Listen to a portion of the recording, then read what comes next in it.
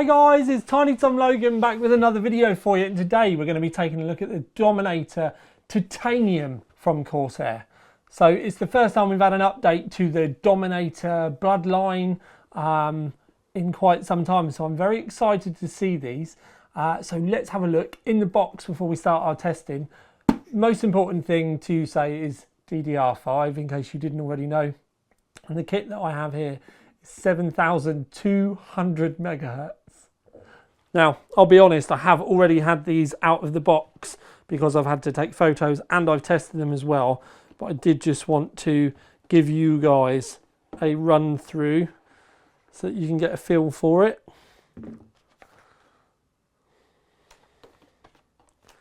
Don't forget you can pause at any time if you do want to read it and see what it says. But it is signed, it says Andrew Paul, but I've always known him as Andy Paul. I've actually had the pleasure of meeting him as well. Anyway, so that is our first glimpse inside the box. Now you've got the large memory modules here with the LED tops, although they do come with separate heat sinks as well. And in this little section here is this, because I've already had it out, I've already been using it. It's quite a cool little Corsair screwdriver. So you get a flat blade, an Allen key and a Phillips, which you'll need if you do want to strip them down to change the tops. So let's have a look. That's one of the memory modules.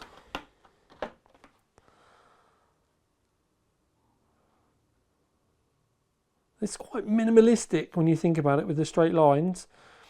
You still get the Dominator tab on the top as we would be used to.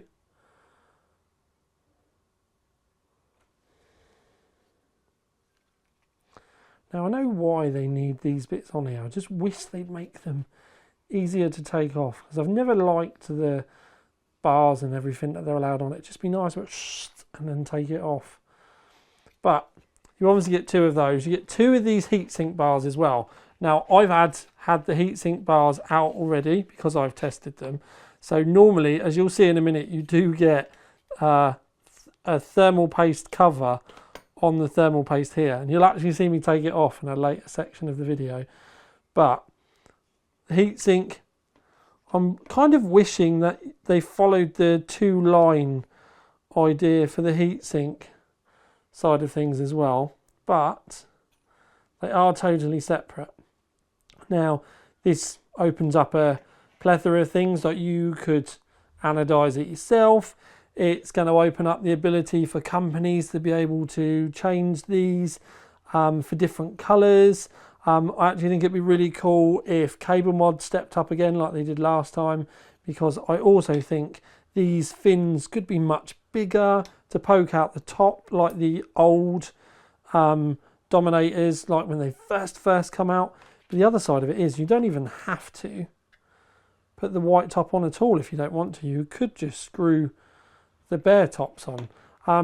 There's many things that could be done with these, but like I said, I'm kind of hoping, leaning, persuading, I don't know, whatever you want to say, that cable mod may take up the challenge like they did last time. I don't know if they sold that well last time. That's going to come down to it. But I will show you both of these. I've tested both. But there we have it. So starting with the whole system off, might seem a strange place to start for lighting, but I think it's a good chance for you to adjust and get ready and see it with all of the system lights off, just so that you can get a feel for it in the rig.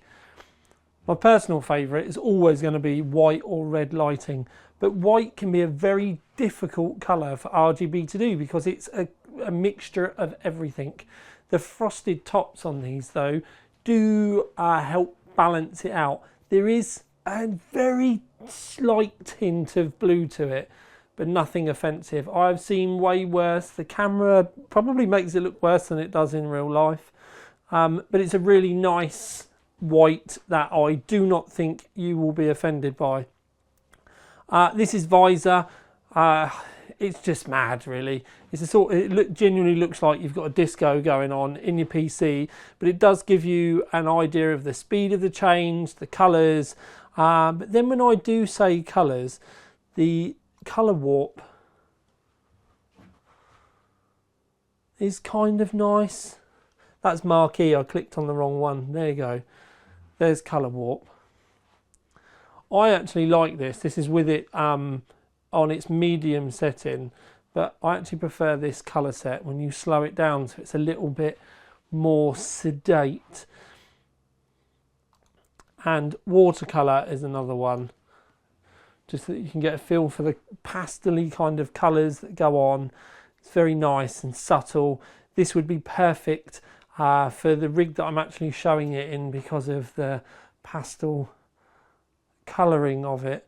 But I actually think pastel colouring is quite a grown up and subtle way to go about it, and they do this very well, again because of that diffused kind of frosted lighting topper. Stack is another great one, just to show you the other kind of side of it, where it starts with fluorescent on here and it just stacks the colours up. Now it does this randomly, but you can set it to do it whatever colour combo staging that you want within the software, which is really nice. But I'm obviously using this just to show you some of the features and the way the colours are represented and how they move about on the modules themselves. And now to finish off with the fully lit up system.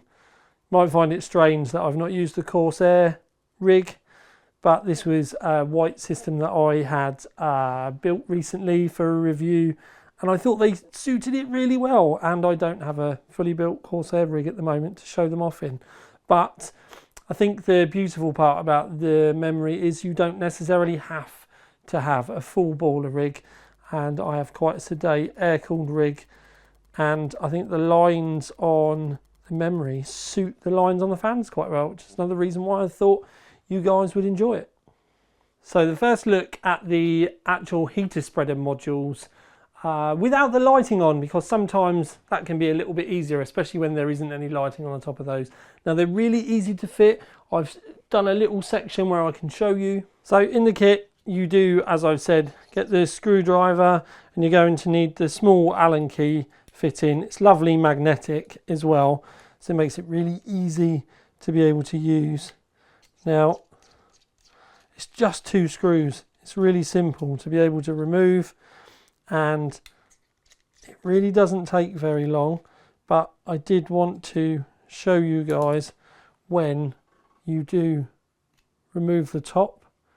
You can see that you have the fitting in the middle. Now when you do get your heater module, your heat sink, there is the plastic that you do need to pull off the bottom. It's the thermal interface cover, and then it's just as simple as putting it on the top, sliding the screws down, and then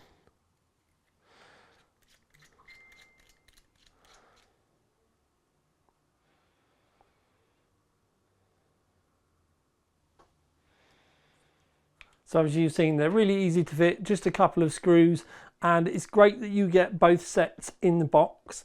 By adding the heat sinks rather than the LED modules, you will drop the temps on average by about 3 to 4 degrees in our testing, and that is testing in this config as well.